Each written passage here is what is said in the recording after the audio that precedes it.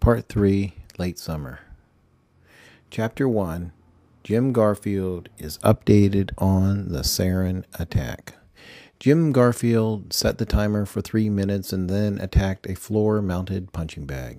He had concocted another imaginary persona who was fighting his way up the kickboxing ladder.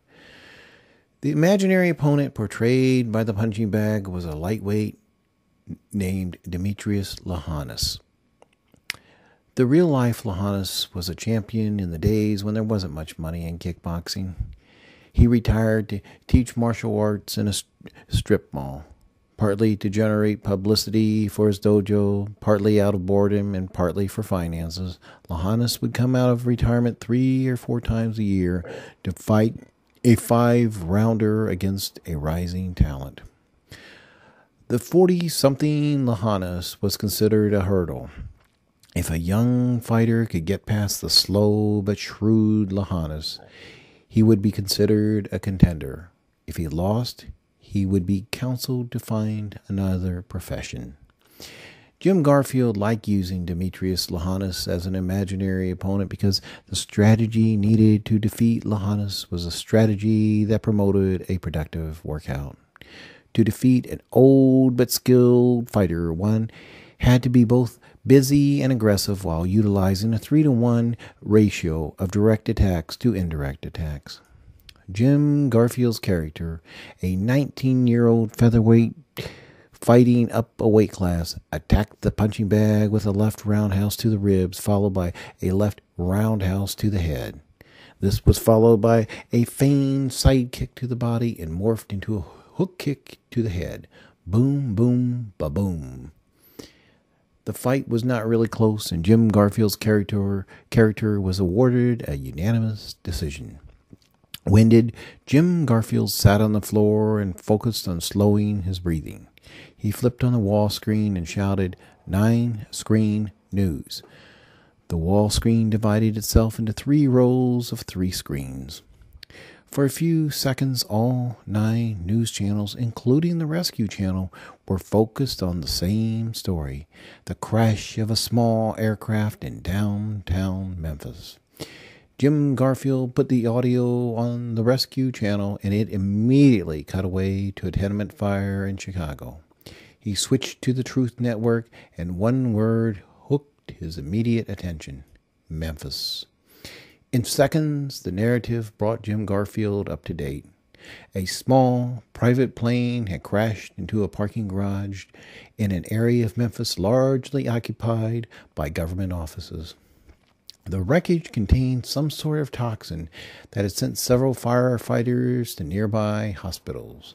The investigators were piecing together the sequence of events. The debris harbored secrets and puzzles and clues, but the airplane registration number displayed on the aft fuselage was perfectly legible. It had been traced back to a ranch about 60 miles west of Houston, owned by a reclusive descendant of a ranching dynasty whose name was Logan Collinsworth. A crime scene lab had descended on the site of the theft, and a Collinsworth family lawyer had issued a statement denying any culpability on the part of the Collinsworth family and remarked on his firm's efforts to locate members of the Collinsworth family. "Jim, she's kicking," Tiffany Ankles pronounced as she rushed to Jim Garfield, her peach nightie raised to expose her stomach. "Not now," Jim Garfield said sternly. "Jim," the beauty shop prodigy muttered in a mix of surprise and rejection. Jim Garfield slammed a plastic water bottle to the floor, and it bounced off the rubberized floor and spilled a proprietary muscle builder from its lips. With mouth agape, the mother in process fled the room and stridently closed the fake wood door behind her. Jim Garfield stretched his leonine frame and assessed the situation.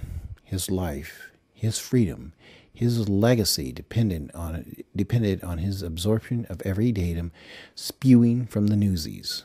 But domestic peace trumped those trivial matters. He placed a record command on every channel and raced to find his seasonal mate. Tiffany Ankles would be found in the stadium-sized kitchen, a culinary cathedral of midnight granite Vienna walnut, equipped with high-tech gadgets, fancy cookware, and utensils unlimited. The galley had maintained its showroom quality largely through underutilization. Jim Garfield only grilled and smoked meats in the backyard, and Tiffany only used the microwave and the George Foreman grill. When the sun shone through the window on the door, the surfaces would glisten and shine and sparkle.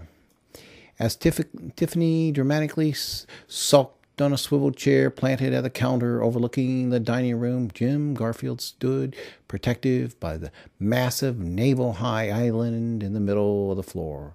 He knew that sharp knives were dispersed throughout the kitchen, and he was cautious when caution was an option. "I'm sorry, honey. I was upset with the news. Innocent people were killed." Tiffany Ankles narrowed her eyes and aimed a polar glare at Jim Garfield. She paused before talking, and when she did, her delivery was a slow whisper. "Since when did that bother you? You watch shootouts and car crashes for entertainment." Jim Garfield shuffled on his feet. She was right about that. Tiffany continued, "You watch the Mondo Network and cage fighting and Arabs cutting off people's hands. You don't give a damn about innocent people." Jim Garfield blankly stared back. Just let her get it off her chest. "You don't care about our baby. You already got 2 kids. But this is a big deal for me. Excuse me if I interrupt your plane crash." With that, Tiffany Ankles unleashed the tears. Jim Garfield was on her at once, hugging and kissing and cooling and telling his temp mate how much he loved her. She would milk it for all she could. "Let's go somewhere today, honey." "Anywhere you want," he said as he held his face close to Tiffany's and stared deep into her eyes. "Jim," Tiffany said softly, "it's Saturday morning in Houston. You know how traffic is. It would be 3 hours round trip if we went to 7-Eleven for a Slurpee."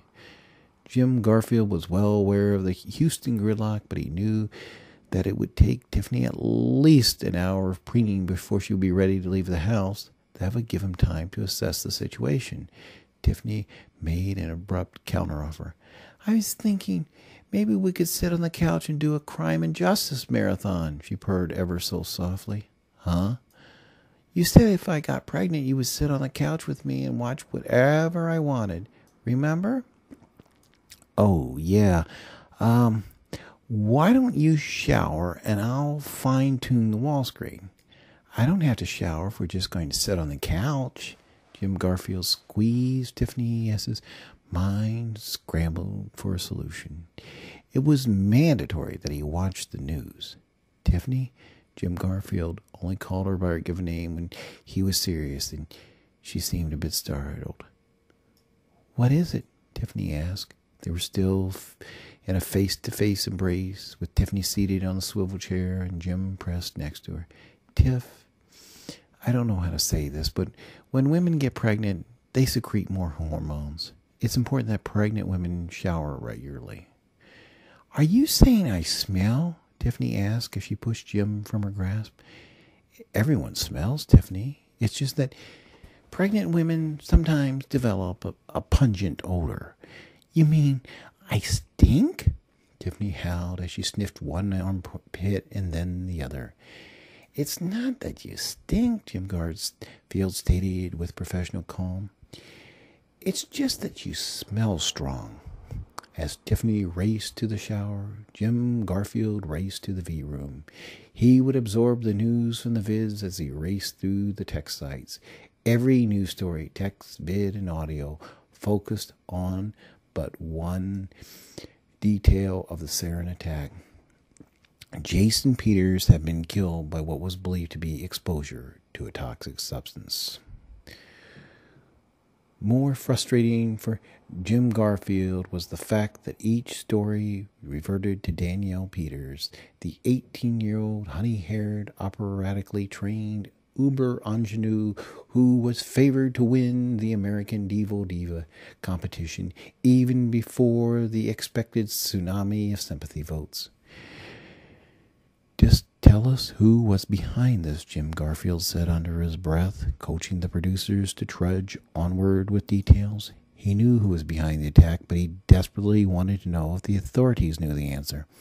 Jimmy, I smell fresh now, Tiffany Ankles pronounced as she entered the room. Tiff, you know Danielle from American Diva? That little girl who looks like she's 12 years old? Yeah, I like her. Her father was killed in a terrorist attack. Oh, no, Tiffany squalled and seated herself on the edge of the oversized earth-tone couch and shifted her attention to the wall screen. Despite his unease at the unfolding news, Jim Garfield would take some comfort in successfully shifting Tiffany's attention away from crime and justice to the Memphis terrorist attack. He would grow annoyed when she started sobbing, and when she started blubbering, he would fight the impulse to scream at her. Jim Garfield was determined that nothing, not even his child vessel's maudlin theatrics for a girl she did not know and would never meet, would break his concentration. Tiffany Ankles' viewing would be interrupted first by a call from her mother and second from her best friend Bonnie, followed by phone calls by each of her two sisters. Jim Garfield would maintain a 2-hour vigil that concluded with the update he had been waiting for. ABC News would report that authorities believed the Mexican drug cartels were behind the nerve gas attack on Memphis. Within 5 minutes, every news outlet had echoed the rumor. Jim Garfield breathed a deep sigh of relief. Ray would call as Jim Garfield heated up a pre-grilled T-bone in the microwave. He knew that Ray could keep secrets, so he did not mention Memphis in even a cryptic manner. The two men made workout plans for the upcoming week, and Ray agreed to meet with Jim Garfield and David Hunter Duncan wherever a meeting could be arranged. Ray was always flexible. Minutes after finishing his T-bone, Jim received a call from David Hunter Duncan. They abruptly made plans to meet tomorrow evening at the Regal Estates office. At the conclusion of the call, Jim Garfield leaned back on the rubber floor and stared at the screen. He had it all figured out. Glendale Woods had procured the plane. Fungo provided the nerve gas. David Hunter Duncan and Ray assisted. No spare parts. It had to be that way. It had to be. Briefly, Jim Garfield wished he had taken up smoking or maybe coffee. He noticed again and again how people could inhale a cigarette or sip of coffee or tea and attain insight. He sometimes drank Pepsi in the morning, but Pepsi did not seem to provide much clarity. He sometimes drank tap water in the morning, and his thoughts were not much different on those mornings. Jim Garfield drank lustily from the plastic Pepsi bottle and stared at the ceiling. He wondered what his lunatic friends would do next. He patiently awaited his aneurisms, but none would be forthcoming. The Cessna took out a parking lot. Obviously, it missed its target. There were several law enforcement offices scattered in various buildings near the point of impact. Close, but no cigar, Jim said aloud. The reference to